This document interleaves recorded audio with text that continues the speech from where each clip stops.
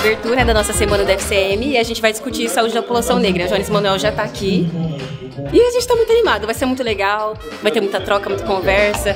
A gente está muito feliz de estar abrindo a semana com essa atividade, é uma atividade que os alunos tiveram um papel muito importante na construção. É muito bom ver um debate como esse num curso de medicina na área da saúde.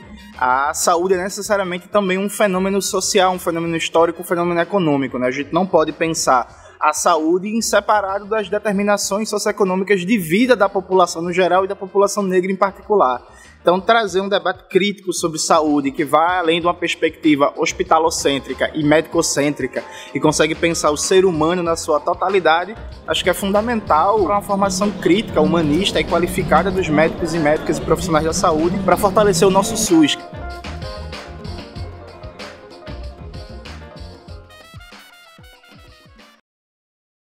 É um prazer muito grande estar nesse momento aqui. Isso é resultado de um trabalho, um esforço que eu quero aqui reconhecer publicamente da equipe que tem nos ajudado, tanto a parte do staff da FCM, que vem se dedicando há vários meses a esse evento, e também aos nossos colegas que participaram da construção do programa e vão discutir várias coisas interessantes conosco. Hoje eu estou aqui a convite do professor Rubens para falar um pouco de uma experiência única que eu tive, de como foi para uma estudante em formação entrevistar as primeiras gerações dessa faculdade tão grandiosa que eu posso chamar de lar. Vou fazer um comentário, chamar a atenção como a faculdade de medicina começou, porque é diferente de como a universidade começou. A universidade começou para ser cientificamente orientada, com a energia de Zeferino, que veio aqui para facão, arrancou as coisas do chão e foi plantando o prêmio Nobel. A faculdade surgiu porque houve um movimento social da cidade de Campinas para que ela surgisse. A psiquiatria ela passou por uma ideologização muito intensa a partir dos anos 80, né? O DSM é de 81, a década de 90 é a década do cérebro, né? O presidente acho que foi o Clinton o Bush que decretou que é a década do cérebro, né? E aí o surgimento da neuroimagem, a neuroimagem estrutural, depois funcional, aí no final dos anos 70, ao longo dos anos 80, né? Isso deu um vigor enorme à ideia que outras fases da história da psiquiatria também tiveram a ideia de que você vai encontrar no cérebro a explicação dos transtornos mentais graves, esquizofrenia, transtorno bipolar, mas também os transtornos mentais mais corriqueiros, depressão, ansiedade, pânico, fobias, e também da vida emocional e também da vida afetiva, ou seja, você vai ler no cérebro, na ressonância funcional, a alma de uma pessoa. Eu só quero um amor que acabe a rotina nossa aqui, que às vezes é muito difícil e dura, né? Então a gente trazendo um pouco de descontração para cá é muito bom.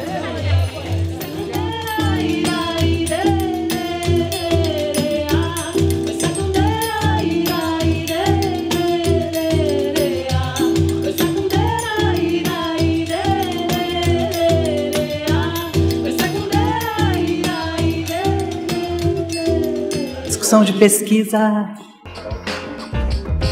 gente trabalha com esse ponto, quer dizer, estudar como é que a pesquisa, a ciência, a produção de conhecimento, o uso do conhecimento, como é que isso se organiza, enfim, dar números e usar muita evidência, muitos dados. Caiu, né? Caiu a procura, então o interesse pela pós-graduação caiu. Embora eu vá mostrar depois para vocês que a gente tem, o nosso número não é tão ruim, mas o que seriam esses fatores? Por que será? A pessoa fala, não tem dinheiro, não tem bolsa, será que é só isso? Não acho que seja só isso. Porque a gente precisa fazer mecanismos ou a gente precisa atuar em mecanismos públicos para que o aluno de pós-graduação, o pesquisador de pós-graduação seja cada vez mais valorizado. A expectativa aqui é de que a gente possa conversar, a ideia de conversa, de diálogo sobre a extensão universitária, né? Sobre essa que é uma dimensão, como já destacada pelo Rubens, que conforma a universidade e faz dela um espaço de comprometimento e de vinculação com a sociedade. A extensão realmente vai escutar aqueles que estão do outro lado. A gente não pode esquecer por que nós estamos aqui. Por que a gente ensina? Por que a gente pesquisa? A população negra ela virou um objeto de estudo, mas ainda não existia uma percepção de que a população negra devia falar por si só. E aí a extensão comunitária, que é como a gente entende extensão, ela vem trazer uma ruptura mesmo para essa lógica. Então a gente pela primeira vez começa a entender como a população negra deve ser vista por ela mesma.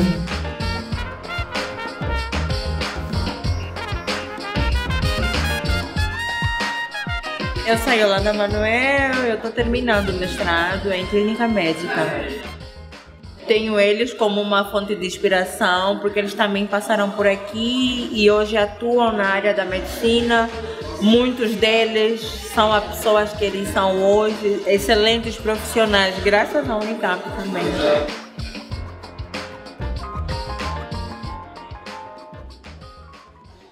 Se fizer algum ato médico sem DCRM, aí já é uma questão que foge da autarquia. Antes dessa onda de prontuários eletrônicos, a incidência maior era a ausência de registro.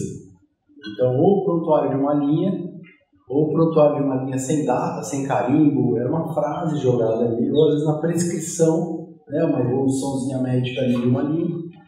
E agora a gente tem tido um grande número de dados e muitas vezes a gente pode encontrar distorções e incompatibilidades dos registros e das condutas. A FCM pode trazer um pouquinho mais do debate social para cá, para dentro. Eu acho que é de suma importância trazer os debates que estão dentro da medicina, como, por exemplo, a questão do exame de ordem. Tudo isso é muito importante, que a gente fica morrendo de medo, né? Trazer a questão sobre cotas, trazer questões em relação ao aborto, todas essas coisas que a gente debate muito em sociedade, que são temas de saúde, é algo que poderia ser trazido aqui dentro. Então, trazer um formato, um debate mesmo, algo menos formal e coisas assim, um formato fórum, algo assim, eu acho muito importante. E eu acho que os alunos vão engajar ainda mais do que engajaram agora. Como a gente estava conversando, o engajamento estudantil, ele tem várias partes. Ele pode ser um engajamento político-social, ele é um engajamento acadêmico, ele é um engajamento de representação dentro das instituições de ensino, que isso, infelizmente, a gente muitas vezes não tem espaços de representação não ocupados, e de apropriação do aluno, do seu processo, do aprendiz, do seu processo de ensino-aprendizagem.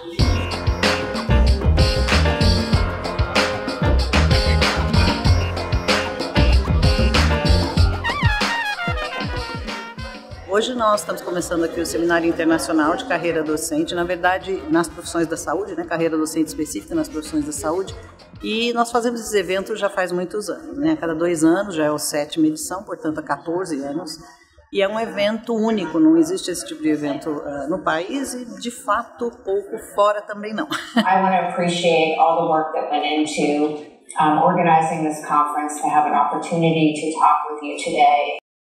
Estamos sempre em construção, estamos sempre numa mudança entre a cultura institucional e a nossa relação com os outros. Há muitos estudos a mostrar que se os alunos, antes de se formarem médicos, puderem ter estágios em zonas rurais, em zonas fora das cidades, etc., ajuda-os a descobrir a riqueza desses lugares, e isto mais tarde vem a ser uma hipótese de os motivar. Como é que nós podemos transformar a avaliação do trabalho docente das nossas instituições, do que nós temos hoje, que de certa forma é muito burocrática? Trago algumas provocações para vocês, para a gente poder começar essa conversa e depois a gente pode propor um outro momento. Quando eu recebi o convite, a palestra em si ela tinha um artigo definido, o preceptor. Aí eu falei, que difícil talvez, né, traçar a partir do artigo definido o preceptor uma definição de identidade profissional. Então eu optei aí disruptivamente para não ter nenhum artigo definido de o preceptor, né, mas talvez colocarmos aí o preceptor. O meu tema, né, assim, subtema, seria professor da universidade. Dentro daquela ideia, né, que eu dormi profissional da saúde e acordei professor. Coloco para vocês que eu faço desse momento uma oportunidade de reflexão, baseado na vivência, nessa experiência.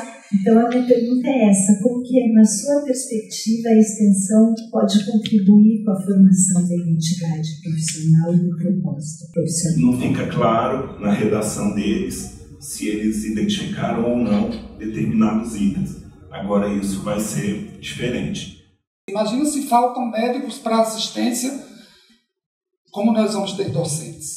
São 59 instituições no Brasil, distribuídas em 8 estados diferentes. Nós vemos épocas em que ser docente é muito importante. E vemos épocas em que a docência perde um pouco de valor. E essas oficinas têm várias temáticas que vão desde a carreira até temas importantes como avaliar, como fazer uma prova de múltipla escolha. E obrigado pelo seu docente, que eu estava sem coragem de dizer. e também muitos parabéns por uma coisa, professora. Dizer que os professores reformados, jubilados, como eu estou, ficam lá, é o maior elogio que pode fazer à sua escola. Parabéns.